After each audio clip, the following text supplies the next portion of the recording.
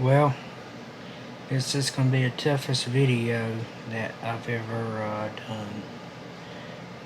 Unfortunately, on August 15th, 2023, my precious mama went to be with the Lord. To say this past month, actually 2 months, has been a living hell would be an understatement. On July 30th of this year, I called 911 because her oxygen levels were destatting and I couldn't get them to come up. I had her on 15 liters of pure oxygen in the tank and on a rebreather, in conjunction with the oxygen concentrator pushing 10 liters, and I could barely get it up to about 90. Well, I called rescue. They came, and we got to the end of the road, gosh, not even a mile down the road, and got to the intersection, and we just sat there. And I knew in my mind something ain't right. But I was trying to convince myself, well, maybe, I don't know, they giving her more oxygen or doing a little something. Maybe it wasn't a big deal. And before I get any slack on this, I don't give a crap what anybody says. I followed that ambulance. And when we took off, next thing I knew, I looked at my speedometer and the needle was bumping off at 85 miles per hour. So I know we had been going at least 90 to 100. I knew then something wasn't right. So we came across the busiest intersection in town, and they had officers blocking the intersection at red lights, so we'd have a clear path to go through. I knew then something was fishy, but I didn't know to what extent. So we got there to an emergency room. I got into the area where you check in. I told them who I was and who I was with, and explained I just came in on ambulance. And if they will, as soon as they get their name in the computer, to let me know I'm her son. I just followed the ambulance. We just got in. She came up to me and she says, "Honey, your mama coded." Oh my God. My blood ran cold. I didn't know how to process it.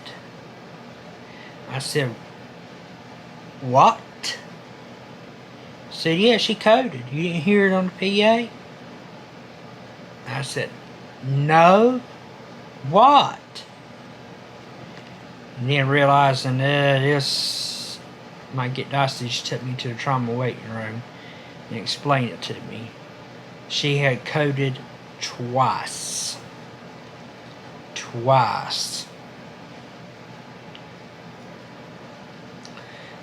her heart stopped. They done CPR and brought her back. Well, I finally got there, back to the room, the trauma room they had her in. They had her heavily sedated. She was on life support. Oh my Lord. I called a family. And my brother, who works, I'm going to say probably a good hour away, I told him, and next thing I know, there he was. He didn't change out of his clothes or nothing. He just dropped what he was doing at work, came to be with me. And I can't tell you how much of a blessing that was, and how much it meant to me. And bro, if you're listening to this and you're watching this video, you'll never know how much I appreciate it. It means the world to me.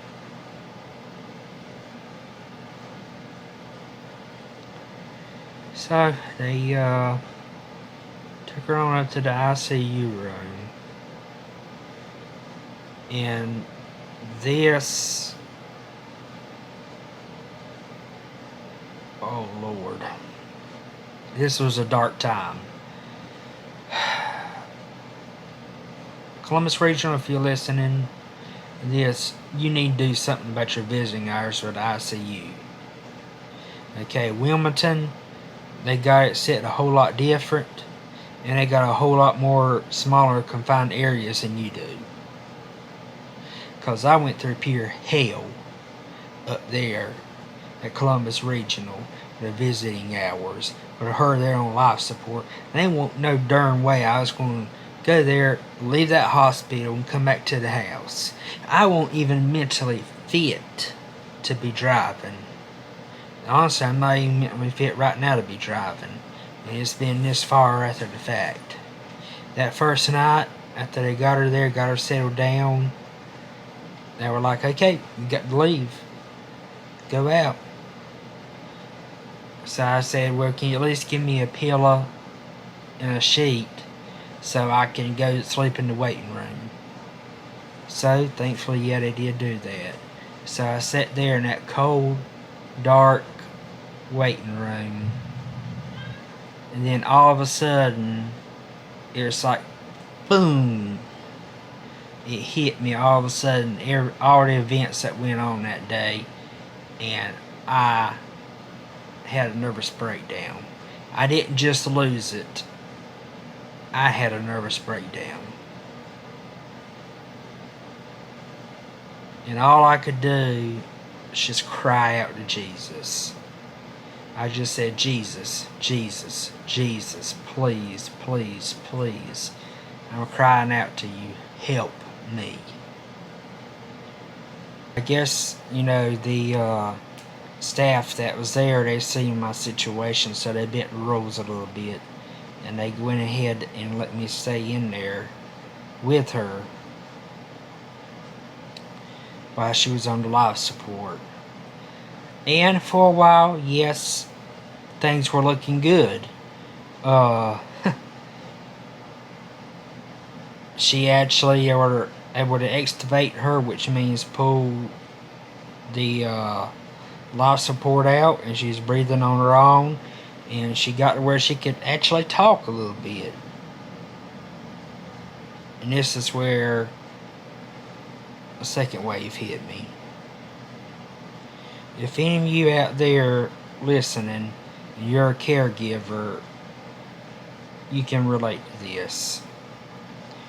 She kept saying, Wessie, Wessie, please, please give me some water. Just a sip, I'm so thirsty. Please. Talk about killing me. I was sitting there in the corner. I couldn't do it because they had her with nothing by mouth because of aspirating. And I was just sitting there.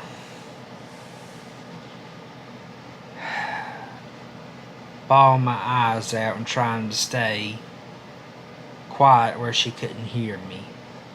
And finally, when I get my composure, I tell you, I can't. I can't. And she say, please, please, anything, ice, anything. I'm so thirsty.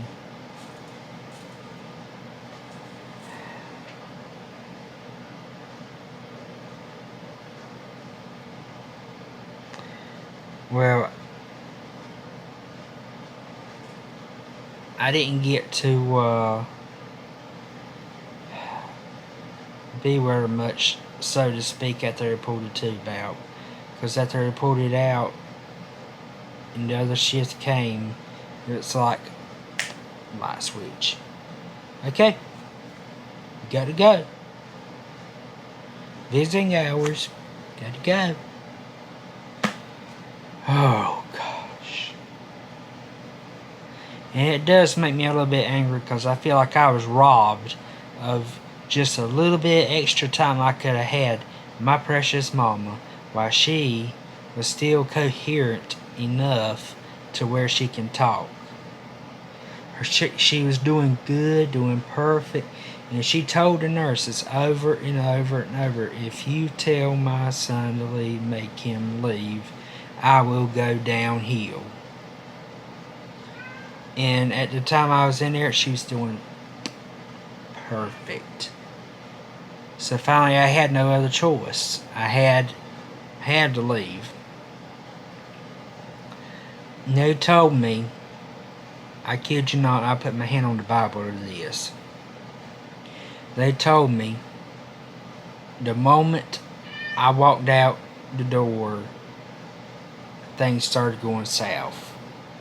She started destatting again. Things started going down. And everything.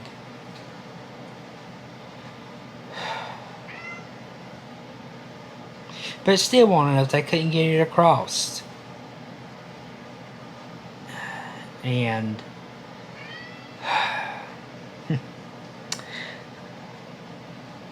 I was in the waiting room and I hadn't slept for days. I looked like I had 2 black eyes. I hadn't slept so much. So I was finally trying to catch some sleep on a hard bench, hard as concrete bench in the waiting room, ICU waiting room. And I finally started to doze off a little bit. My doctor started shaking my foot. I was like, what? He said, come here. I didn't know what was going on. So I just jumped up and I went in there, and I don't know if it was this doctor's personality or not, but he was like, look at that, look at that blood pressure, look at this, look at that.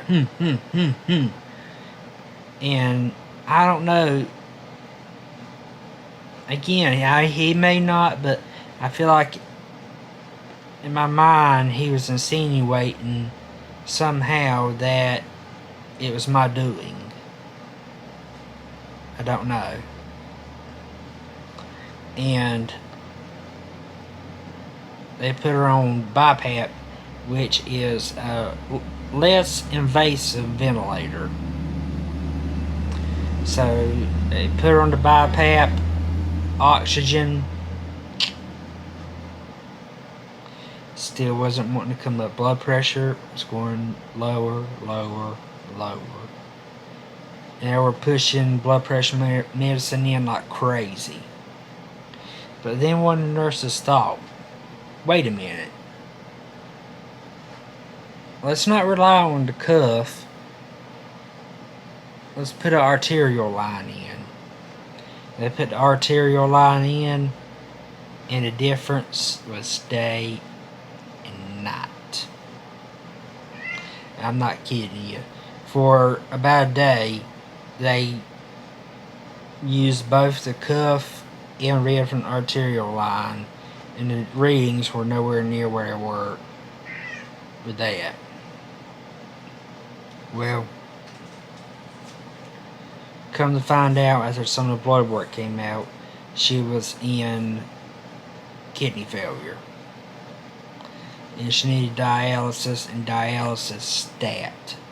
And they couldn't get the dialysis started until the following Monday. And this was on a Saturday. So I elected to go ahead and have her transported to another hospital that could do the dialysis. And he still was like acting like, yeah, this was my doings. Yeah.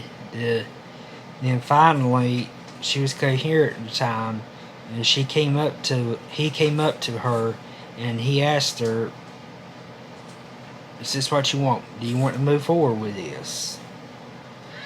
And she shook her head, yes. He said, "Okay, well, that's what I need to know." But I will have to say this.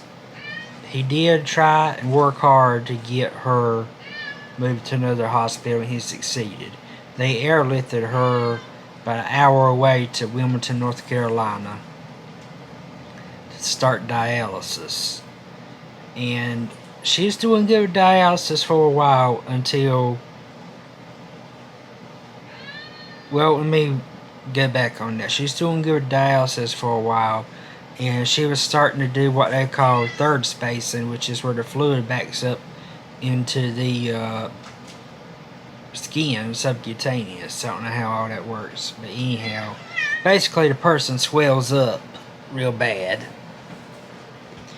And along the dialysis, they started, because she's doing so good at that point, so along with the dialysis, they went ahead and started trying to remove the fluid along with it. And she's doing good with that for a while. Things were looking good. And then her blood pressure started dropping. This time, it was legitimate. And they had to... I was at what they call the family house in Wilmington, because I was completely out of town. And I had my phone set wide open, and I was sleeping on a hair trigger. Phone rung probably about 9 o'clock that morning. I jumped straight up. I answered the phone. I was like, "Hello?" And they said, "Yeah, is this Wesley Ward?" I said, "Yeah."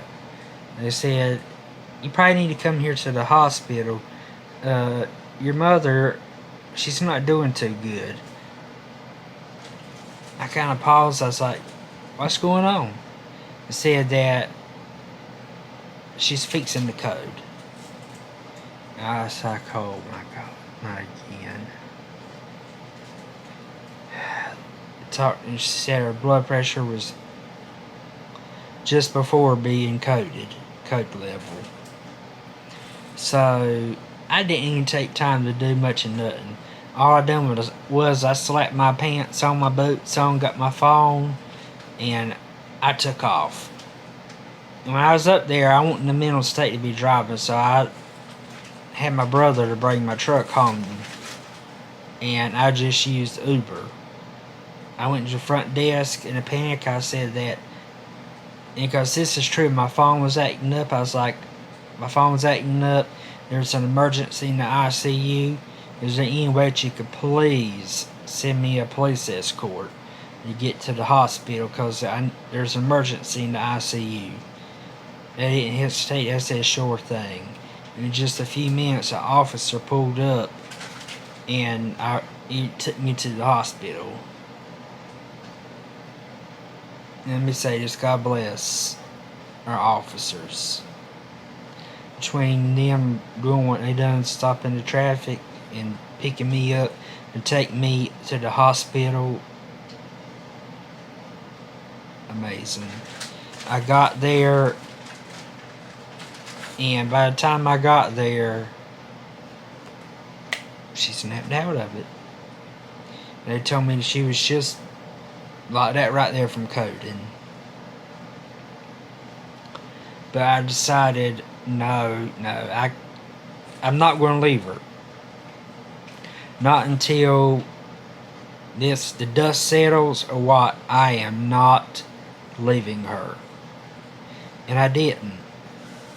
I got up with my family, and my other brother, the one who came today that I called the rescue, again, just repeat itself.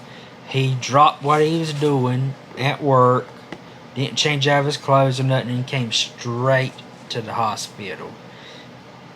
And being this far, you're probably talking an hour and a half drive. And when I seen him, it was like heaven. Because I was sitting there all alone and didn't know what to do. And he stayed with me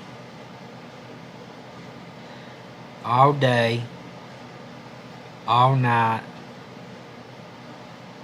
and up until the Lord called her home.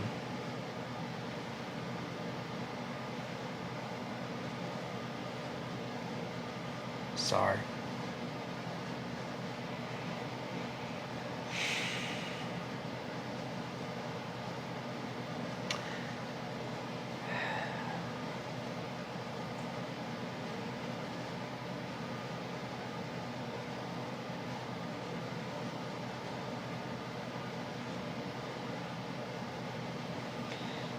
The night before I called the rescue, she told me, Wesley, whatever you do, don't give up on me.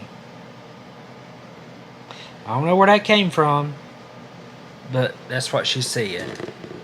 She said, Wesley, whatever you do, don't give up on me. And all throughout it, I'll remind her, do you remember that promise? Do you remember saying that? She shake her head, yeah. And I told her, I'm sticking to that promise. I'm not giving up on you. Until the Lord calls you home, I'm not giving up on you. And I never said goodbye. And there's a reason for that, why I never said goodbye. Number one, it's not goodbye, it's see you later in heaven. When the Lord calls me home, I'll be with the Lord and be back with her. And number two, it felt too much like I was giving up on her by saying, goodbye, Mama, I love you, I'm going to miss you. Instead, what I said was, keep fighting like you are. I'm not giving up on you, no matter what. But if the Lord does call you home, just know that I love you. And I will see you again. And I will miss you. I never say goodbye. I don't say goodbye. It's see you later. But when she passed, the Lord sent a whole crew of angels to me. He sent both my brothers, my sister-in-law, nieces, nephews, my aunt, and the pastor of my church and his wife. And before she passed, probably less than 30 minutes before she passed, we all gathered around her, took hands, and prayed. And they were there in the family waiting room whenever they told her that she coded and she passed. And the Lord sent my pastor to me and my family at just the right time. See, to understand the story, there's a story behind this. Okay? And I'm going to start from the beginning. It's going to be a long one. But it explains why I'm 30 years old. I've never dated. never had a girlfriend, and supposedly I was living with mama, which is half truth. Starting at age 12, my grandmother had a massive stroke, and we sent her to rehab to see if there was any glimmer of hope that she could pull through it. Or pull through it where she could be rehabilitated, but unfortunately, no, she could not. So we didn't want to take her to a nursing home or let her stay in a nursing home. So we brought her home to take care of. And at 12 years old, I was doing the work of a CNA, borderline RN. I was helping bathe her, clean her, range of motions. I ran the feeding tube. I gave her insulin shots.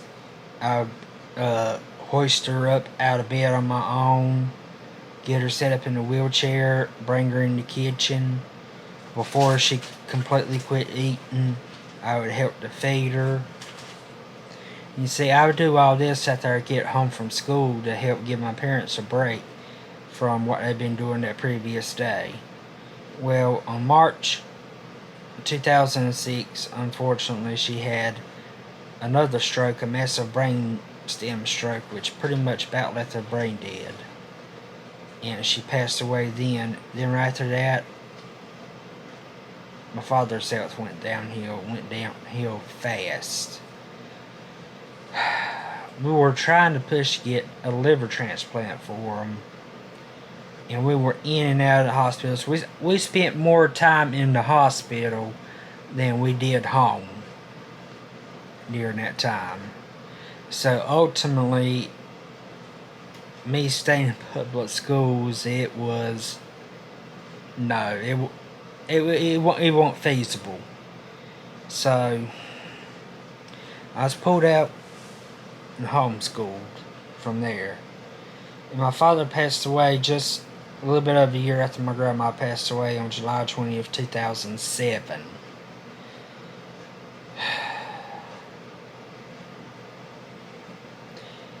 After he passed away, I contemplated about going on back to public schools, and my mama was wanting to go in and get recertified as a CNA and maybe push to do RN. Well, as fate would have it, in 2009, we found out she had stage 3B non-small cell lung cancer. Before everybody gets to a jumping tizzy, this cancer was not caused by smoking. They done the biopsies of it, and it was not a smoking cancer. So then it was like, no, I'm going to have to put off going back to school. Public schools anyhow. And through every chemo treatment, I sat there diligently, held her hand, and if I could, I would have held her hand in radiation, but I would have been a French fry by the time that ended. So I stayed as close as I could in the waiting room right beside her. Every time she was in the hospital, I stayed with her. I wouldn't leave her. I took care of her.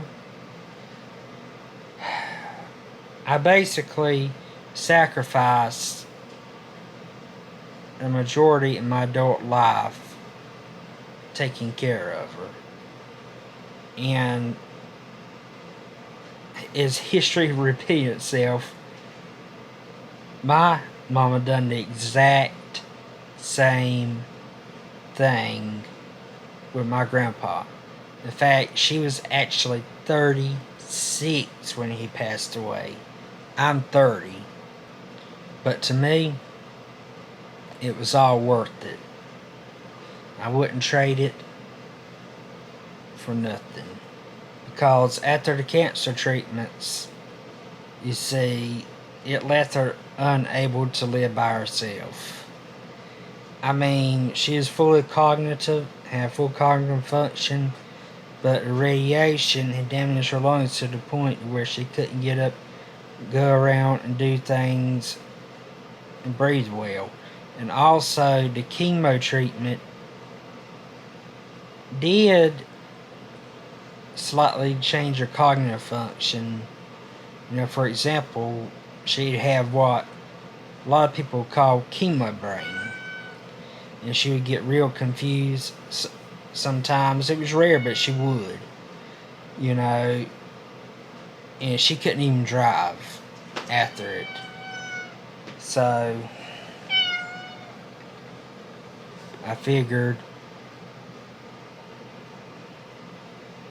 I would, sit here and take care of her.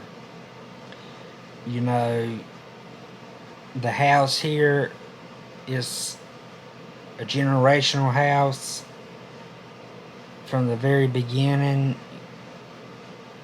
it was already set that I would get everything.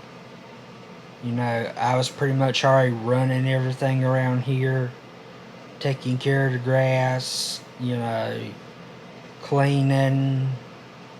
Now, she did do the cooking. I cook sometimes, but she done most of the cooking. She did do that. I washed the clothes, but she folded them.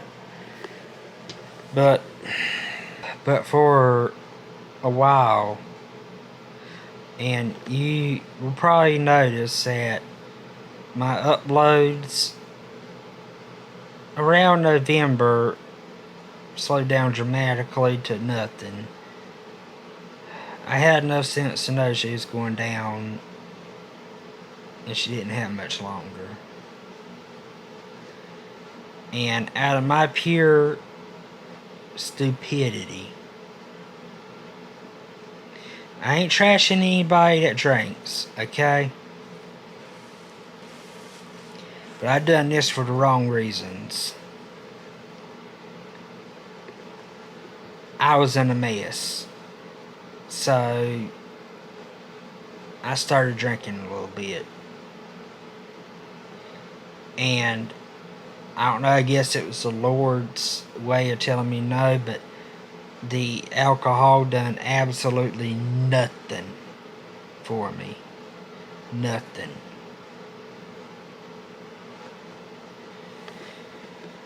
So, I pretty much,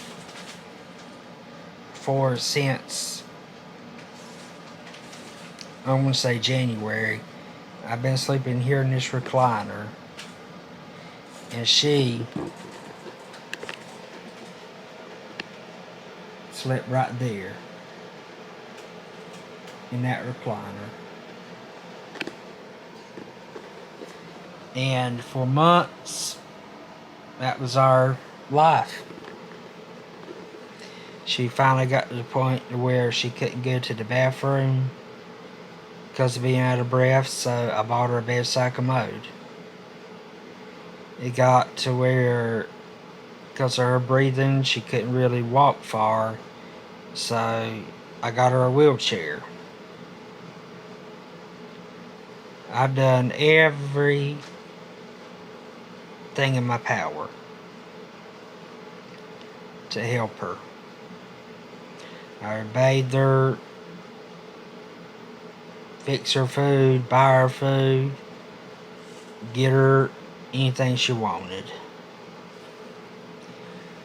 But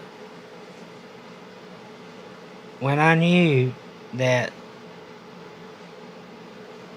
things were going downhill, Granger Smith, I don't know if you know him or not, but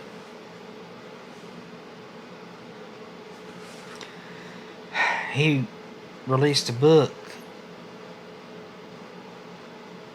on grief where he lost his 3-year-old son in a tragic drowning accident. And I knew that I was going to need it, but I did not know it was going to be that soon. the book arrived just. In fact, the book arrived while I was in the ICU unit with her. And I didn't get to start reading it until we went to Wilmington. I read the first half of the book whenever she was still here. When I go to the ICU in Wilmington and spend all day, I would take this book here and read it. After she passed away, I finished the other half. And I have to say, if you have ever been through any kind of loss, if you're grieving, it's an amazing book. And it quite literally saved my life. I'm not going to give away any spoilers or nothing like that, but pretty much everything in that book I can relate to, and some of the things are not too good. But I highly recommend picking up a copy. Well, that's enough jibber jabber right now. I'm gonna go ahead, roll the clip, the memorial video for her, and I will catch y'all later on. Love y'all, and please keep me in your prayers. And I also forgot to mention, she passed away 10 days before her birthday. She passed away on August 15th. Her birthday was August 25th. Well, less than a month later, my cousin, she passed away of cancer. And she passed away just a few days before her birthday also. So right now, it's been a rough time for my family. And my mental status up here is nothing, it's gone. I'm just trying to function. But anyway, I'm going to roll the memorial video. Hope y'all have a blessed day. Please keep us in your prayers, and God bless.